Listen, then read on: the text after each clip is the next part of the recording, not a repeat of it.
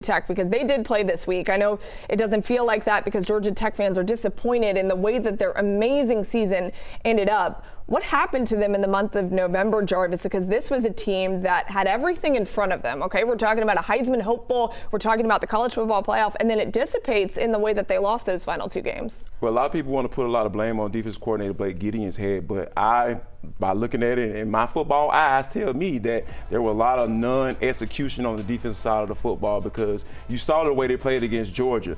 They only gave up 16 points to one of the top offenses in the country. So when you think about it from that aspect of, going out there and executing, I feel like the defense failed them. The players failed themselves, because like when you think about going back to the Pitt game, senior night, there were a lot of seniors that did not play well in that game. So when you have your guys that are supposed to be leaders for your team, establishing something, a class that has done really well and helped Brent Key establish themselves, you have to be able to be in a space where those guys are playing well for you in those big games, and they just didn't do that. Yeah, they showed up against Georgia, and I just kept thinking to myself, if the defense would have done this against Pitt, it might be a totally different conversation. You can't go back, but that's the mindset I was thinking watching that game. And watching that game, you think about Haynes King and how he didn't look like the Haynes King that we know. Gabe, I know that was an unfortunate ending, too, for him in his college career. He still has a bowl game to play on. I'm talking about the regular season with Tech. What an unbelievable quarterback to have played at that university. How do you think that Tech fans should remember Haynes King? Very, very, very fondly.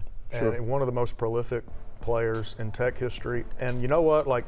I don't know how many playoff appearances or conference championships or playoff wins are in Tech's future. I know that Haynes and Brent Key are going to be associated with bringing this program out of a very, very dark place, right? Yeah. And, Haynes was kind of looked at as a recruiting bust when he was with Jimbo at A&M. He comes over here, competes for the job, and he winds up one of the best quarterbacks they've ever had. So a world of credit to him. It's an awesome story. He's a great kid, good for Tech.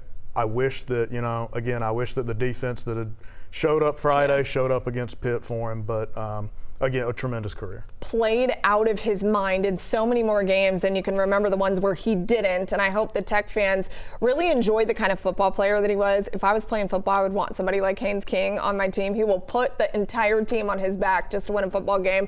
Unbelievable career at Georgia Tech.